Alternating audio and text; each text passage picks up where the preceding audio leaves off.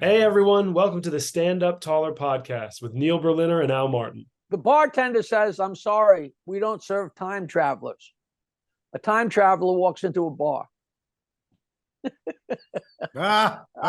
Pretty good. Is that absurd? I love that. I love get that. it. I get it. I get it. I get it.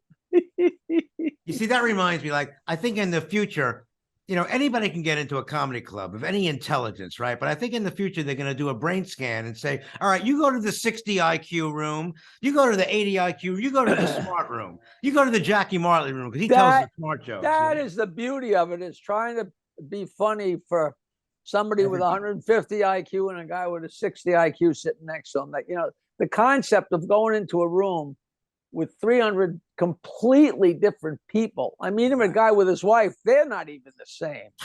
You know, it's like somebody saying, "Did you have a happy childhood?" And like, there is no answer to that question, because you never knew what was going on behind the doors of your friends. You just knew how crazy your own house was. And it looks like your friends are happy, but you never know. But even compared to your brothers and sisters, when I grew up, I had a completely different family than my brother that was 2 years younger, because you have your parents at a completely different place in their relationship. By the time it came to my brother, who was 10 years younger, he was raised in an insane asylum, and like, who do you compare it to? Your happy childhood compared to who?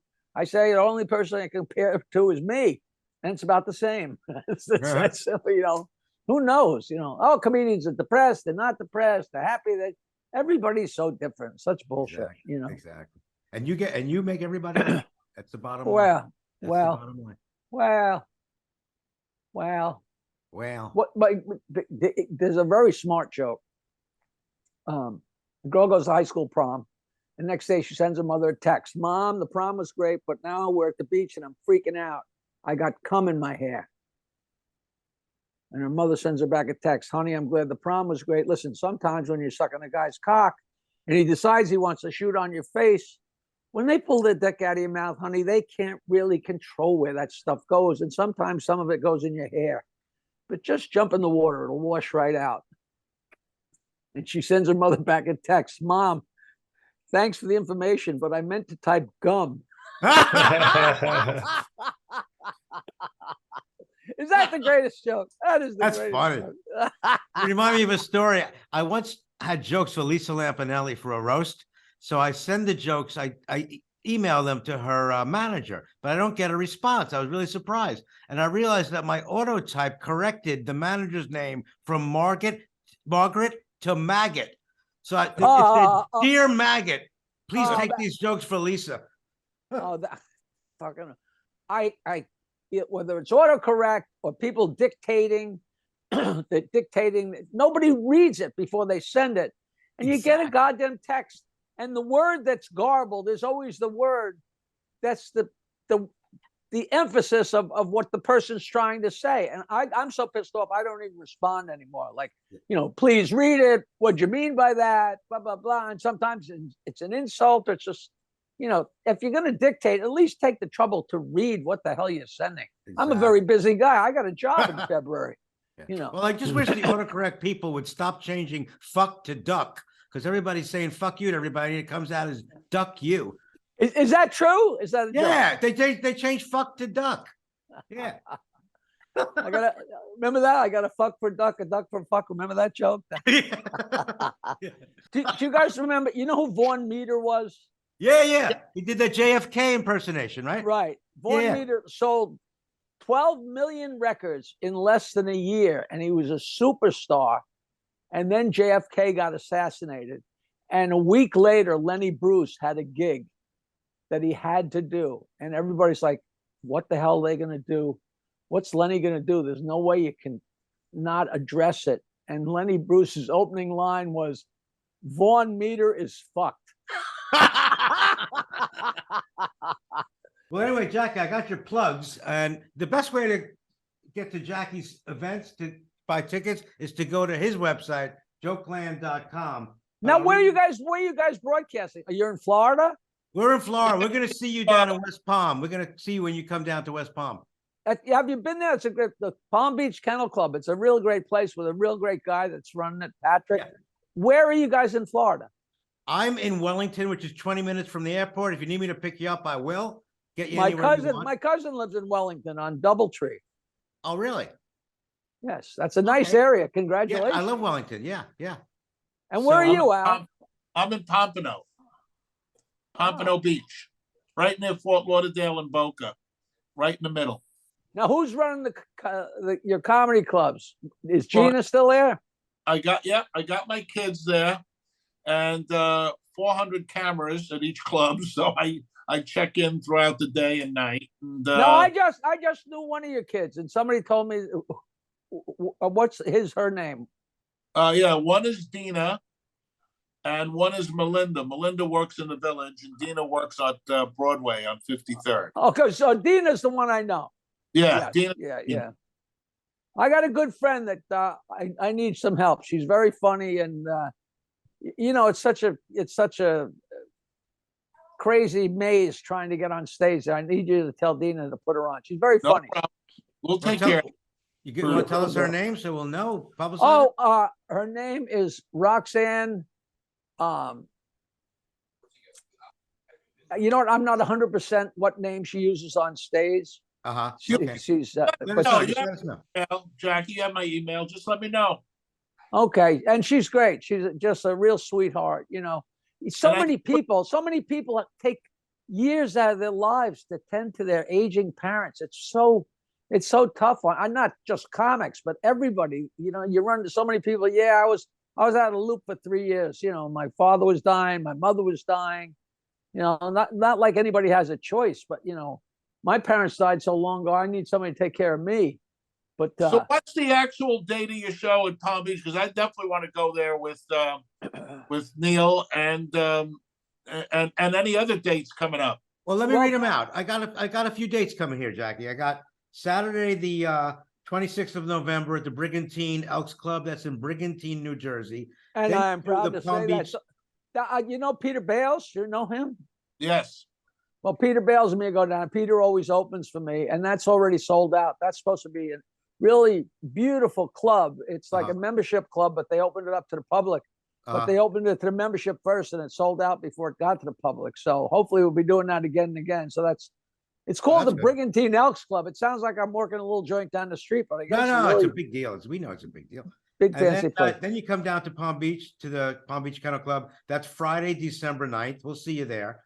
And then I you love go that. on Yeah, to- it's one show at 8 o'clock. And Okay. the last time I worked there, there was a really, really hot Latin girl opening for me. And God damn it, I don't even know her name. Oh, she was so pretty. God, I like when a sexy, funny girl's on first. People think, oh, you don't want somebody funny first. I love somebody funny first. I just don't want somebody filthy first. Somebody goes up and filthies, and a lot of people aren't funny when they do it. So they break every premise and leave it, leave a pile of toys like the legendary wit. Okay, and then the next one is December 29th. That's on a Thursday, 8 p.m. at Uncle Vinny's in Point Pleasant Beach, New Jersey. Yeah, and that's that place is Dino and Jerry. The guys who own it are Dean and Jerry, and Dino's just a great character. He's been good to me for 30 years, whatever it is, and that's a great club. The clubs are having a rough time. I won't say the name of it, but I did a show. I do shows. Most of my shows are early now because everybody that comes to see me, it's like 100 years old. Jackie, I've seen you 30 times. Like, well, God, well, I hope you know the jokes better than me. But I did a show at this club at 7 o'clock with Peter Bales, and the lead show, the 9 o'clock show on a Saturday night, was a show with 5 or 6 comics that had to bring their own audience, whatever that's called. Yeah, Bringer Show. 9 o'clock on a Saturday? I mean, are times that bad? Or is nobody going out? What's the deal? Well, Oh, if maybe- it's that, and people do, believe it or not, we never would have thought of this 10, 20 years ago, that 7 o'clock would be good. But there are nights when our 7 o'clock show on the weekend sells out. It's unbelievable. I mean, where did all these people come from? It's In the old days, I hated when they put me on at 7 o'clock. Like, people aren't even done throwing up yet. And but now, 7 o'clock is the time. And you think about it, I'm not ready to go out at 9 o'clock or 10 o'clock. Well, I don't go out anyway. But 7 o'clock is like an idea. It's even more ideal than 8 o'clock. It's who knows. And I don't know. I have no idea what's going on with the whole generational thing. And people don't go to bars. They don't hang out. They don't talk. They don't tell jokes. I'm not just a dinosaur because the jokes are old. I'm a dinosaur because the whole concept of getting together with a group of people and making each other laugh, they don't do that. If their kids are in a group of people, they're looking at their phones. I'm like, throw that thing down and say hello, you assholes. Yeah. Well, COVID probably played a role in this too. People not getting together. Yeah, they were like that before COVID. Right. Yeah. I live on the beach. COVID didn't help. No. I live on the beach. There's a little tiny boardwalk right next to my house that goes to the beach. Just a few feet. And years ago, and I mean a long time ago, like 15 years ago or 10 years ago, I went to walk over to that little boardwalk. And it's a beautiful summer day. And I'm on my way to go down and go swimming. And there's 4 or 5 girls. They must have been like 14, 15 years old, all completely fully dressed on a hot summer day on the other side of the boardwalk. And every one of them had their nose in their phone. They didn't even know the other girls were there. And just the concept of, just the picture of these 5 girls fully dressed, paying no attention to each other, and on their phones with the water there and the sun. I'm like, the world has come to an end. It's come to an end. I said, girls, go walk around so people can hit on you. Christ, we're going to starve. Yeah. Well, Jackie, this has been like a fantastic, comprehensive, deep interview of you guys. I'm thrilled about this interview. Thanks so much. We could talk. I love going on and on and on. So me and Peter Bales are doing a podcast called Stand Up Memories. Oh. And they asked me to do this podcast at this great place. They got great cameras and the whole thing. The guy's so rich. And he wanted to start Tied In Media. So we're like the lead experimental show or something. And they told me to come and do a podcast. And I like to do these and have people ask me questions because I can answer any question. I got a joke for everything. It's ideal for me. I do these, all day, every day. But the fact of sitting there and saying, hello, how you doing? I'm Jackie. Let me tell you a story about myself. Like, yeah. So I said, you know what? Let me get a co-host. So I asked Bales to be my co-host. We did 25 shows before we had a guest. Wow. Just going over all the horse crap or the things that had happened. We've known each other 42 years. And then we started having guests. And we just started our 3rd season. We got this new thing. We had Joey Cola and his wife. And last week we had Carrie Carabas and her husband. And what an interesting thing to hear it from the other side. We all have our experiences with our other halves when we're in the comedy business or any business. But when they're your guests, it's a whole different prism. It was such a fun thing. So, there's nobody's watching our show. I don't know how many listeners or viewers you got, but we're on a million different platforms. There's so many choices and so much crap. I don't know how anybody, of course we don't make a penny, but you talk and you have fun. And we had Rory Rosegarten on, my old manager who manages Ray Romano, and he was great. It's fun to do. I'm sure you guys are enjoying this. Absolutely, it's great. You never do it from the same place. we do ours sitting together. We might do some in restaurants, hanging out in restaurants, just as an excuse to eat. And it's a good plug for the restaurant, right? Exactly. Absolutely, yes. Yeah. Jeez. Yeah, we tried to do it in the studio once, and then the guy started coughing and phlegming and clearing his throat. And we thought maybe during the COVID era, that wasn't the greatest idea. Yeah, that's not a good idea. So Al, what's going on at the Broadway Comedy Club? I keep telling myself I'm going to call you. I want to do a show there, but I wanted to do an all jokes show because I don't know the comedy. The little bit of comedy I see before or after I go on anywhere, like these people that have 30 million hits on TikTok or Twitter. They're not fun. They're not fun. They got not because they've never done it before. It's not their fault. They don't know what they, and then the people show up, but they don't even know what to expect. Like it's crazy. Well, they got like 5 minutes material and they're sucking wind, Right. I think jokes will always. And then I came up with this concept for maybe even an off-Broadway show called The Shit Show, only instead of an I, an asterisk, because that's the only thing that you can still do. Believe it or not, shit is the only thing that's not offensive. Because everybody has to shit and everybody has to wipe, whether you're a midget or an Eskimo or the Queen of England. And, talking about the history of the toilet and how disgusting and diarrhea and all those jokes are so funny. And I love it. I love that idea. Let's do it. Let's do it at Broadway Comedy Club late in the afternoon, night, whatever you want to do it. I don't care. The upstairs. We're all full of shit, so we love the concept, Exactly. Is that upstairs room still there? Yes, absolutely. Yes. I yes. love it. Jackie used to do a Monday night show up there. Remember, Jackie? I loved it until the day I showed up one day to do my show, and Al had booked a real estate dinner. So I didn't speak to him for 3 years. Well, he got 29 cents more to do that. I know. So you were out the door. Did I do that? I forgot. You're lucky I don't do Jew jokes, Al. I think you just did. Oh. Well, yeah, it's at the point where just the name Al Martin. Yeah, let me have it. I deserve that for that. Hey, Linda Bell. You remember Linda Bell? She disappeared. Yes, Linda Bell. I remember her. She got married and then disappeared. I know. God bless her. That's great. That's great. So the club's going. I lost. My apartment was literally 2 minutes from your room. Are you there anymore, or are you still there? I rented that apartment, and for an entire year, I never went there because of COVID. A whole year. Right. I paid rent for a whole year without stepping in the building. And then I just said, you know what? And then I got rid of it because you didn't know how long COVID's going to last. And you still don't. We still don't. That's such a mess. Yep. Absolutely. Well, listen, I think this has been a great episode. What do you think, Neil? Oh, my God. You kidding me over the top. Well, listen, anytime we can do it anytime. Awesome.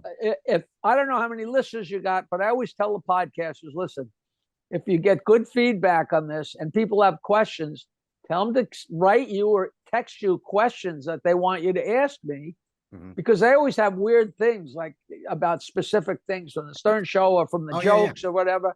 And then just have the list, and then we'll do this again and just ask me the stupid questions. Well, we'll definitely have more listeners after this episode because of you, Jackie. Really appreciate it. I hope. Now, did I ever send you my book, my autobiography, or anything like that? I got a box from you a few years back with tapes and CDs and books. It was a great package. But it probably wasn't. My autobiography came out about 5 years ago, and if you read that, you'd have 100 questions. Okay. Let our audience know where they can get the book. Well, no, you just somebody text me your street addresses. And, thanks, Jackie. It'll be my pleasure to send them, because it's fun. It's fun. I want to let our audience know where they can get the book. Oh, it's on that. It's called The Joke Man Bow to Stern. And I got a huge bump in sales a couple of years ago. And my publisher called up and said, what show did you go on? Did you go on like Jimmy Fallon or something? You got his crazy bump in sales. What happened was Howard Stern never mentioned my book, of course. And so his listeners had no idea that I had an autobiography out. And then Howard put out a book. And if you go to buy a book on Amazon, when you're about to pay, underneath it says, people that bought this book also bought this book. And there was my book right underneath it. And they already had their mouse, they had the credit card, just with one more click and another $14.99. They got my book too. And wow. I think Howard would hang himself if he knew how much he helped me. I mean, because a zillion people bought his book, and a whole bunch just said, what the hell, take that one too, You want to hear a similar story to your story? Sure. When the Young Rascals had Good Lovin', it came out as a 45, right? It hits number one. And on the flip side was the song Mustang Sally. So the guy who wrote Mustang Sally was like forever indebted to Felix and the Rascals. He was kissing him on the cheek. He came up to Felix, kissed him. He goes, "What are you kissing me for?" He goes, "You don't understand. You put Mustang Sally on the back of Good Lovin'. It made my whole life, my whole career." There's so many stories like that. There's a great book by this about this music business. And the first half of it is about Lieber and Stoller, the guys that wrote Hound Dog and Kansas City and all those great, great Drifter songs and Coaster songs. And there was a guy named B-Side Schwartz or something, because every single that Elvis put out, they put one of his songs on the back because it didn't matter what was on the back because nobody was going to play it. And I think he actually, by accident, he had one hit. But Elvis, had 30 #1 singles. So this guy, you get the same royalty from the other side, which is just ridiculous, Exactly. So this tells me about the next time we're going to have you on. I want to talk about your music career next time, because I know you started out in rock music, and they even played some of your stuff on the Stern Show. So next time maybe we can get into that. Okay, Jack? I would love that, because in 2008, for whatever reason, I just wrote this song, which it's the greatest song in the world about smoking pot. And I went in and recorded it with the guys from the Les Paul band, because I became very, very good friends with Les Paul, the guitar icon. And I used to go on stage at the Iridium and do jokes, and we had a great time. And I got to be friends with the guys. And I said, we got to record this song. So that we recorded the song. And after we're done, they said, Jackie, you're so much fun. Have you got any other songs? And I had all the songs I wrote in 1975 and 76. So I made a whole CD. I got a whole CD. I'll send it to you. And it really isn't bad. They're great songs. They're ridiculous. They're Jackie songs, and they don't fit into any genre. A little love song, a little dick song, But let's have our people contact Jackie's people to get that. I will send, all those songs, they're all digital. I'll send them to you. Oh, the cool. song, I'm smoking pot. I got my dick out and I'm thinking about you. Once you hear it, you'll lose your mind. And the story of that is a good enough reason just to come on the show. Again, well, there was one song they played on Stern a lot. One song was kind of a ballad, I think, of yours. They goofed on that, I think. Yeah, remember? To Whom It May Concern, which which is a great. If you take any love song, right, any song by whoever, and play one phrase, and then make fun of it. Of course, any line, take one verse. Of course, it's schlocky, and of course, it's weird, and and of course. They've never had their heart broken. They've never had any soul, any of those guys. So that, Well, I reveled in it. I loved it. Make fun of all you want. It was a great song. I still love the girl. Yeah, I still love the girl, Well, on that note, for the one and only Jackie Martling, you can check out his dates on JackieMartling.com. For Richie Minervini, Peter Bales, the late Rodney Dangerfield, our producer and comic Grant Moore, Jason Scoop, Neil Berliner, and myself, Al Martin. We're going to see everybody in a couple of weeks. We'll see you in Florida, Jackie. Final thing I left out. Yeah. Oh, go ahead. I finally jumped on TikTok, and that's a whole long story how I wound up doing that. But just as of a week ago, one of my jokes on TikTok passed 1 million views. Wow. You don't get anything for it, but my TikTok is tiktok.com/@Jackie Martling. I'm not sure why it's set up like that, but it's tiktok.com/@Jackie Martling. And if you're too dumb to remember that, I'm on Twitter as Jackie Martling, and I got all kinds of links. And you got to be clean. It's like terrestrial radio, like the old Stern Show days where we couldn't be dirty, so we had to dance around it. But it's amazing how filthy you can be and dance around it. It's a very, very, very dirty joke. And the punchline was so filthy, and I changed it to, my boyfriend doesn't want to get any poop on his rocket. Bam! So I will leave you with that. Thank you, Al. Thank you, Neil. Thank you, Grant. Take care, buddy. Thank you so much, Jackie. It was a pleasure. Take care. See you in Florida. Send me your addresses. We will. Thanks. Bye-bye. Wow. Wow. Wow. Wow. Awesome. That was a great show. Oh, Jack- unreal. This is like, I'm telling you, I've heard Jackie Martling interviews before. I gotta say, this was fantastic. What an insight into the guy, right? That was Yeah. awesome. Unreal. But we That was have great. something now to finish the show. Interestingly enough, our producer Grant Moore was interviewed for a job recently because up and coming comedians, they need to work during the day. They got to make some money doing something else. So Grant, why don't you tell us what happened to you about a week ago? So I've tried to apply to a bunch of odd jobs, but the two main weird ones is one was at the Bubba Gump Shrimp Factory as a mascot, and that required 1 year of previous experience, which I did not have. But then the other job, which it looks like I might have secured, is as an axe throwing instructor. So teaching Axe people how throwing to, instructor. yeah. So it's a Have you ever bar. done this before? Well, that's the funny part is that is no prior experience needed. No prior experience with throwing an axe? Ah. Not a lick. So if you want to be a shrimp outside of Bubblegum Shrimp Factory, you need at least an associate's in mascotting, but to throw an axe, you don't need. They just need to show you a couple times. So where do they place this ad? Like in prisons where people throw axes at people, or the Midwest where you're from? I mean, you're in Brooklyn now, right? Yeah, So yeah. you live in the Midwest all your life, then you come to Brooklyn and now you get a job throwing an axe. That's incredible. I mean, usually when I'm throwing axes before, I'm outside in the woods and I'm a little intoxicated, but now I'm inside of a Williamsburg warehouse and I'm a little intoxicated. So you got okay. Neil and I are both from Brooklyn, and the part of Brooklyn we're from probably would have been more for axe throwing than the part of Brooklyn you're in, right? right, probably. Yeah. Yeah. Guys, fun. Anyway, well, what a day. All right, so take See it you, easy, everybody. guys.